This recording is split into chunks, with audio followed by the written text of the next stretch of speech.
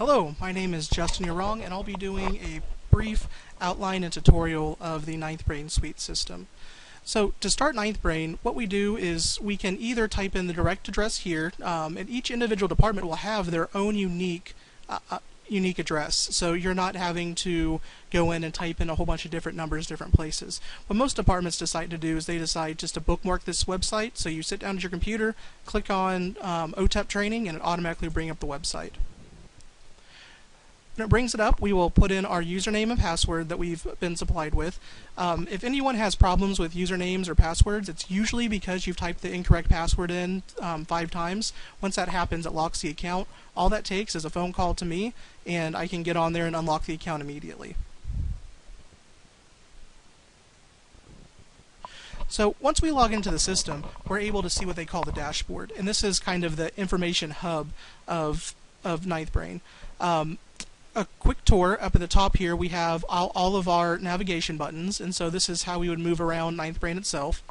As we move down, we have announcements from Ninth Brain in particular, and then we have our announcements that are listed down here at the bottom. From right here you can get to just about everything that you want to do on Ninth Brain Suite.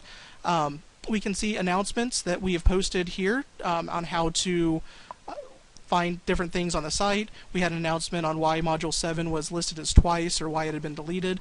So we're able to rapidly communicate. Now these come from the Department of EMS, and these also come from your individual department. So if each department wants to have your own set of announcements put up here, it's very easy to do, and they just have to get on and update that information.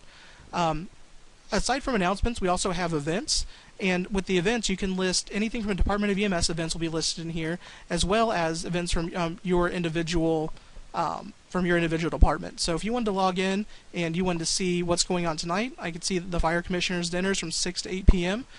Bring it up, it's going to give us more information. It has the title, it has the date, and then any details you want to put in. So if we wanted to put the address to where we were tonight, we can put that information in there. So the next area we want to look at is the memos, and memos is like Ninth Brain Suite's internal email. Anytime that you have something that's unread, it's going to show up here, and it's not going to disappear until you've read it. A good rule of thumb is if it says you have a memo in here, you need to open it up and look at it right away. So we'll go ahead and click on our memos and bring it up, and it looks like I've got a memo from myself that was sent today. Once I click on it, it's going to clear and say that I've read it, and this says that there's a physician lecture from Mr. it should be Dr. Smelzer, has been posted to the Take a Course area. Once we have it in there, we're going to click the complete button that says that we saw it. Now what's nice about this is this tells us that your people read your messages. So we can even run a report and see who's read and who has not read certain messages. So if you have departmental memos that have to be sent out and they have to be acknowledged, they just have to log into Ninth Brain, click the button, and that's all I'm concerned about. From here we can also send emails to other people that are in the Ninth Brain system. We'll go back to home to go back to our dashboard again. And another really interesting thing is our credential alerts. Normally this should say no alerts that currently exist. I went through and I changed my credential dates around just so we could show you how this function works. So when somebody registers with your department, we register somebody, we put in all of their credentials, and we can have certain credentials that are for only certain departments. We can have credentials such as driver's licenses, EMTs, firefighter certifications, anything at all we could put in here, and we can put expiration dates on it. It looks like here that that for me, my certification, my CPR instructor, is expiring on 8/21.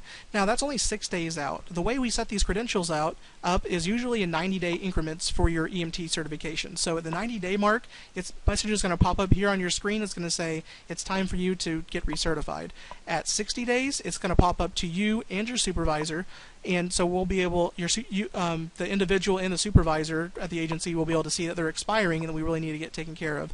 At 30 days, it's going to send a message to you, to the supervisor, and also to Diane. And I have email alerts set up in here as well. So once one of these alerts pops up, it's going to send you an email to your regular email account every single day until you get in there and you update that information. What this is going to help is this is going to help people saying that, oh, I didn't know I was expiring. They expire, and they have a whole lot of things they have to get made up. Now that will stay in there until someone at the supervisor level logs in and updates that particular area. Next thing we'll look at is our education alerts, and this is what will pop up when we have assigned courses. So assigned courses will be OTEPs. Those are ones that are created by the department and assigned by the Department of EMS. You'll have at least 6 of these a year that will be required for you to take. Now, individual departments again can create their own OTEP modules or their own internal trainings, post them on here, and so if you have RIT training that you want to do or you have any other kind of training, you can post it and you can require people to take it. You could even require certain levels of people. So if you only want your officers to take a particular class, you create the course, you select officers, and it'll show up here. Anytime that there's something showing up down here, it means they have something they need to get done. It looks like for this year I have 2 OTEP modules that I haven't completed. I have one that I started, just haven't finished yet, and I have another one that I haven't started. So as we post the OTEPs, they'll be available on here. We'll have one up a month for the first 6 months of the year, and we'll leave them open until the end. So if you get behind or you feel like you want to get ahead, that'll be an option. When we're in the same area, you can see that we have the required courses, which we're looking at. We also have our courses, and our courses are other classes that aren't necessarily required by the Department of EMS or required by your department individually, but it's good information. Down here we can see classes that were created that I've already taken. So I have these first 4 that I've already passed, and we also have physician lectures. And this list will only grow. We have a lot of courses that we still haven't had time to upload to the system yet. But anytime that we do any kind of external training, we're going to video that, put it up here so providers who haven't been able to get to it can get to it.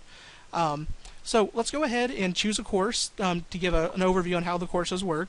I'm going ahead and choose this physician lecture, the update. And you can notice over here that it says I've already failed it once.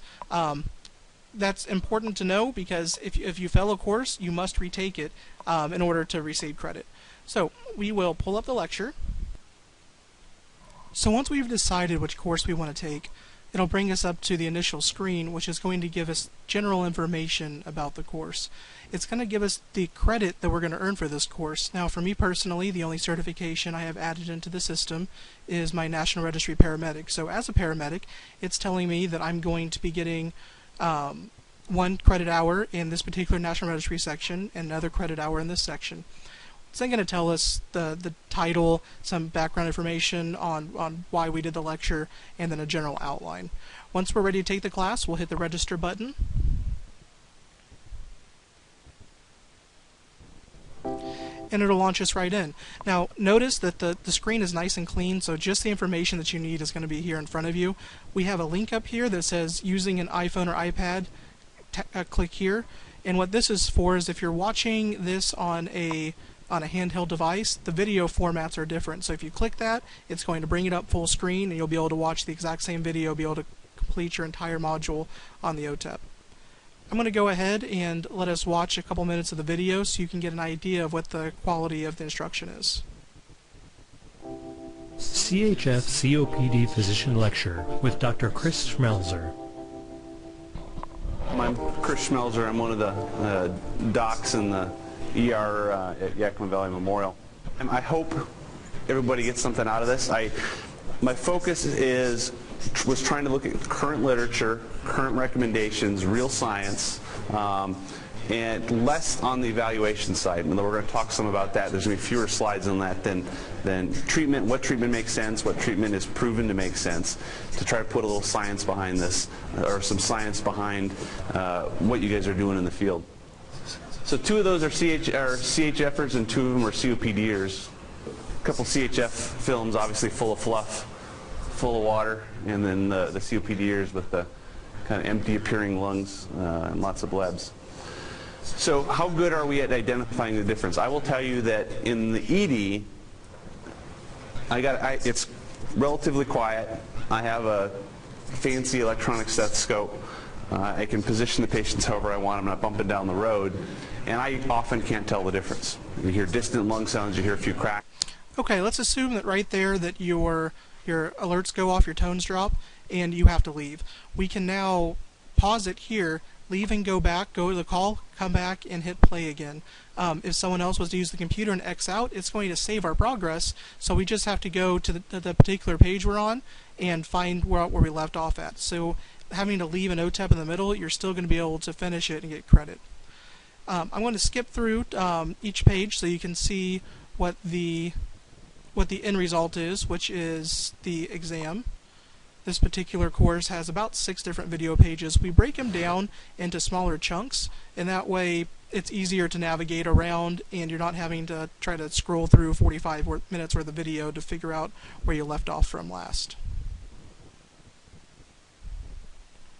So when you get to the last page, the Take Exam button is going to come up. We'll go ahead and click on Take Exam. And it's going to load the questions for us. So what it's going to do on here, it says it's going to ask us the question and we'll answer it.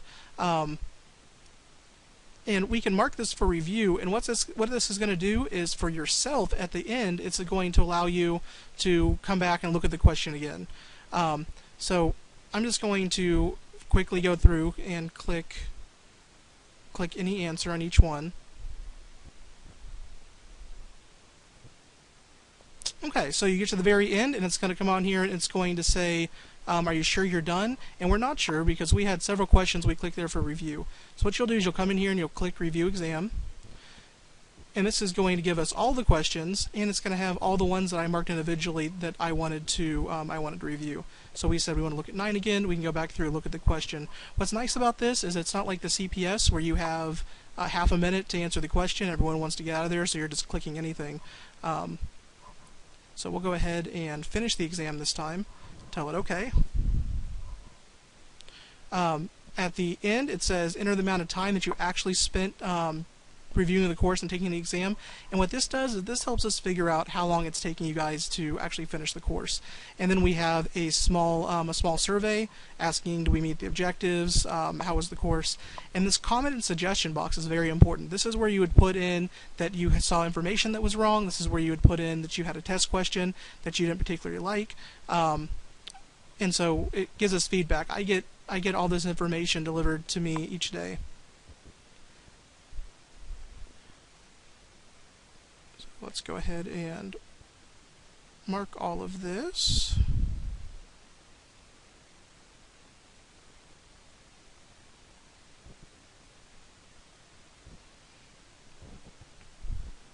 Okay, and now what it tells me here is it says that my score was a 50% and passing score requires an 80. So I haven't actually completed this course at this point.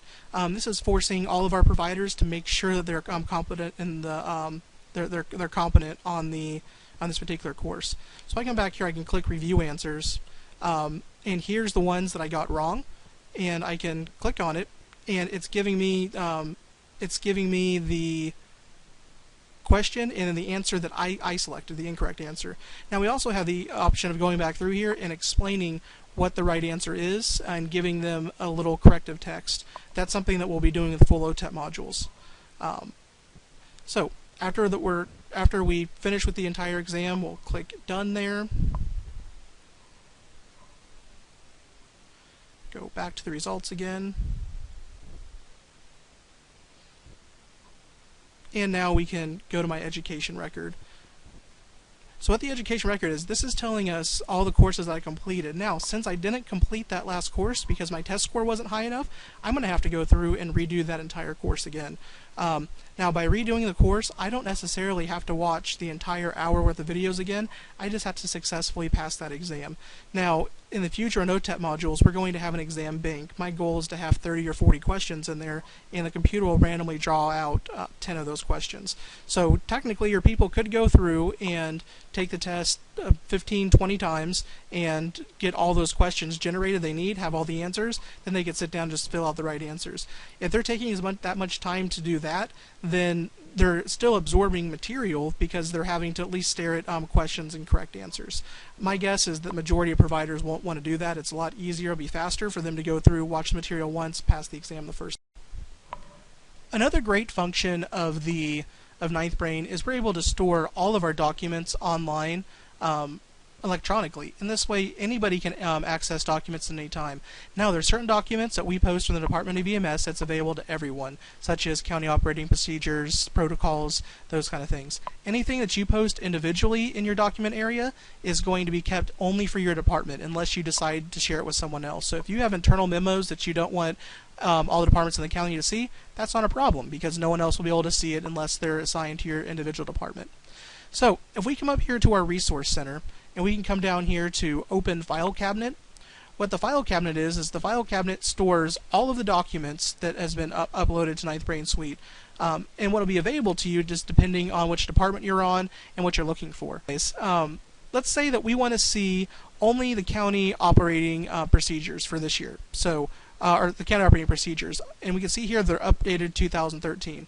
So we'll select that, hit filter, and it'll come down here. Now that is all of the COPs and COGs for the entire county. They're all in PDF format. So let's say that we're trying to figure out what are the rules for doing triage. We'll come down here, we'll click on triage and transport, and in a PDF file is going to download. We can bring it up.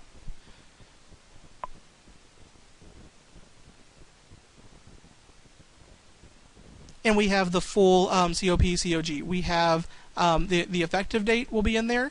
We'll have when it was approved, and then we have the full text that's listed here right below it.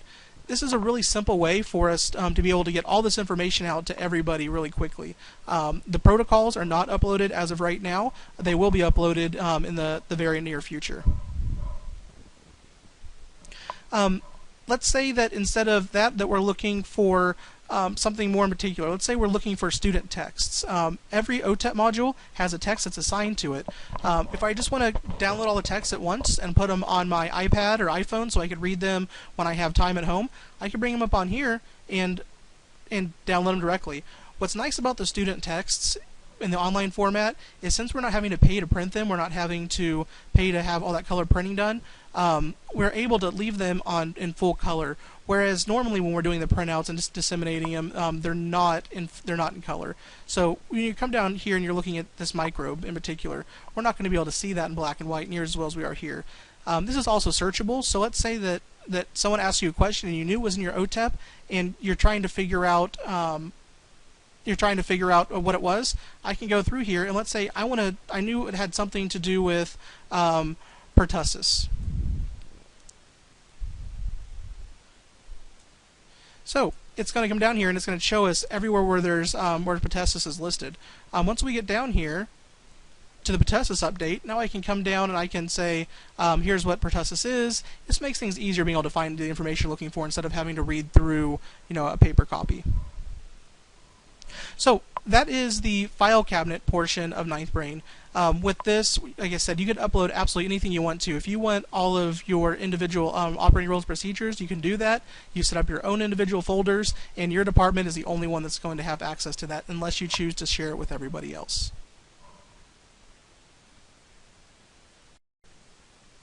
Now that we've seen how to take a course and what it's like to go through that process, let's look at some of the other options that are available to your end users, to your average firefighter that's going to be sitting down and doing this. One of the biggest advantages of the system is it's going to let us know exactly what we have done and exactly what we don't have done towards our certification. So let's go up here and let's pull up we'll go to Education and Training, and then I'll go to View My Education Record. This is going to bring up a screen. It's going to tell me all of the modules that I've completed as part of the Ninth Brain Suite system. So far I've completed all of Module 7 and all of Module 10, and that's it. Those are the only ones that I've completed and received credit for. Any course that's not listed in here means they didn't meet course requirements for some reason. May have been they didn't score high enough on it. It may have been that they started it, didn't finish it. But if it's not listed on here, they don't have credit for it in the system. So they very quickly can go through and look at 2013 and figure out how many modules do I have to finish up before the end of the year. Something else we can go through and look at is our credentials. And now credentials are added in individually. They're added in by your training officer or by whoever you designate to be in charge of the Ninth Brain Suite system. So as they get a certification, they'll bring the certification in and they'll add it in here. Now, if they're looking at their certifications, they can very quickly see when do I expire, when does my CPR expire, when does my firefighter expire. A lot of companies are putting in insurance and putting in driver's licenses, so they have all of that in one area here. Anything that we've had activity under or that we've applied credit towards, you'll have these two little links down here. We've got the first one here we'll click on.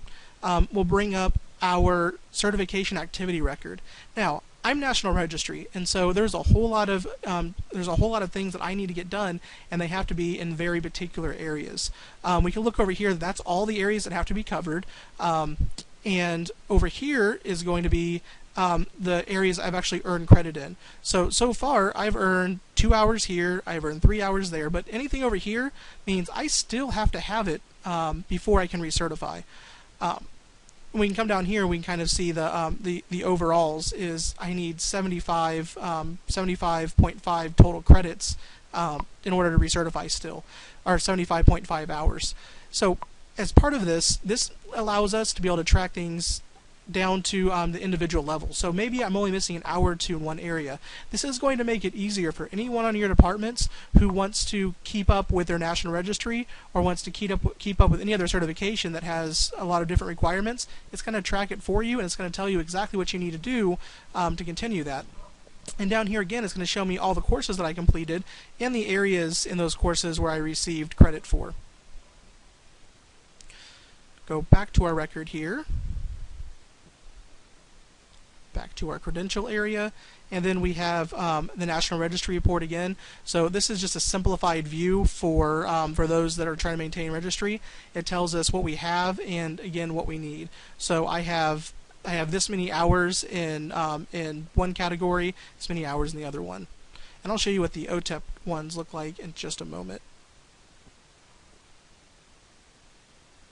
So after we look at our education record, we can look at view certification requirements. And these are certification requirements we've added in as of now. We can add in anything else for your agency that you like. So if your firefighters require certain things to be done, we can add those in here. If you put a course on Ninth Brain or you do an external course that they get credit for, it's going to track that for us. So let's look at Washington EMT. Let's assume that I want to be a Washington EMT. This right here is what's required in order for us to get the EMT, and it shows the requirement. So you must have at least 30 continuing education hours in the EMT section. And this is something that we're constantly going to be going through and changing as Dr. Acosta decides what he's going to require for us to get things done. I can also, if you have people that have EMT with IV certification, we can put in all of the different needle sticks they have to get done, all the medication administrations. We can put all that in here. We're still in the process of getting all these individual steps set up. Okay, so that pretty much covers what the individual end user. So that covers what your firefighters are going to see, what the end user is going to see with Ninth Brain. Something everyone's really interested about is what can I do as an administrator, or why is this good for our department to have? What tools are we going to be able to get out of this system? So the first thing we can look at is if you are an administrator user, you'll see that you have these green tabs here. The end users only see white, administrators get to see the green. So we have a lot of different things we can look at here. Let's look at administering outside courses. Let's say that you taught a Firefighter 1 course, and you want to put that in and give your people credit who took it. In order to do that, it's very simple. We add a new course here. We can fill in all the course information, the title, who taught it, assign credit hours, and those kind of things to it. So let's just put in here Firefighter course.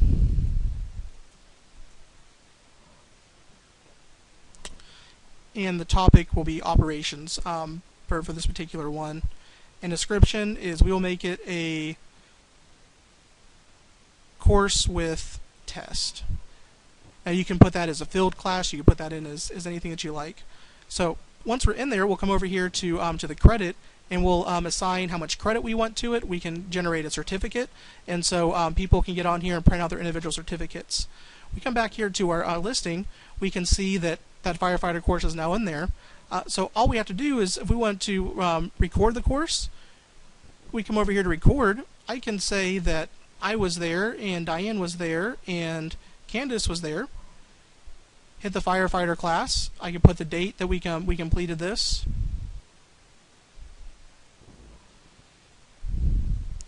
hit record course, and now that has been given credit to everyone who's in there. So any of your individual departmental courses that you want to add in here, you can do. Anything from sexual harassment training all the way through your CPR classes. We can add any of those things in here that you want.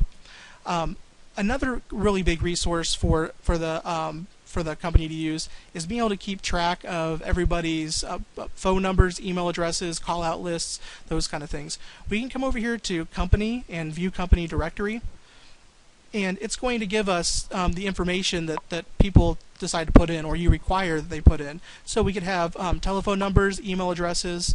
At a very minimum, we should have a name, phone number, and email address for everybody, just in case we have a question or there's an issue. We need to be able to get a hold of them. If they don't have an email address, it also won't email them to the people when their certifications are running out. So that's another big function. The last one is reports, and reporting is going to become very important. I have a lot of people say, well, how am I going to know who's passing the class? Or you think that somebody is not watching the videos or just trying to take the tests a whole bunch of times, and that's concerning you. There's a whole bunch of reports that are automatically set up from Ninth Brain Suite. So let's say that it is the end of a training cycle. It's the end of the first quarter of the year, and we want to know who's on track with their OTEP and who hasn't got their things completed yet. A great report for that is the course completion report. We can click this. We come in, and now there's a whole bunch of different options. I can say only show me the full-time, only show me the part-time. I could show only the paid versus the volunteers, certain shifts. We can really limit it down to things. For the Department of EMS, there aren't very many of us, so I'm just going to pick, I'm just going to leave everything as default. And I want to see everybody who hasn't completed these 4 OTEPs this year.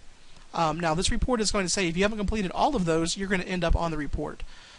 So we have those put in there. It's going to ask us the dates that we're looking at, and so we will do from the beginning of the OTEP year until today. And I want to see the ones who have not completed any of the selected courses. And we'll just click Show Results down here. And there we have it. All 6 of these people have not completed all those reports that we requested. Now we can come over here and we can say, well, who's missing what?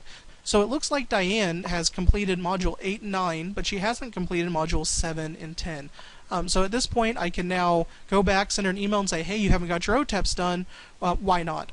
And so that's just one of the great ways we can pull these reports off. Let's say that I wanted this in an easier format, so I could send it to the chief as an email, or I wanted to post a list up on the wall to show people who haven't got their OTEPs done. I can click over here. It's a little Microsoft Word button. It's going to download this as a Word report. I can pull it up here, and now there you go. This is a nice list I can put up on the wall, and I could say, if your name's on this list, you need to get this taken care of right away.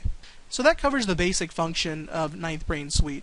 For your basic user, you're going to be able to log in, come to this main screen right here, and get everywhere you need to be, whether it be a memo that's popping up or you need to take a class. Everything is right there in front of them. It's very simple, straightforward, cut and dry. For the administrator users, it's a little bit more in depth, but that's something that we've been working with here at the office for a while now, and there's no problems with helping you walk through getting these settings and get things set up, or helping you with anything that you need done.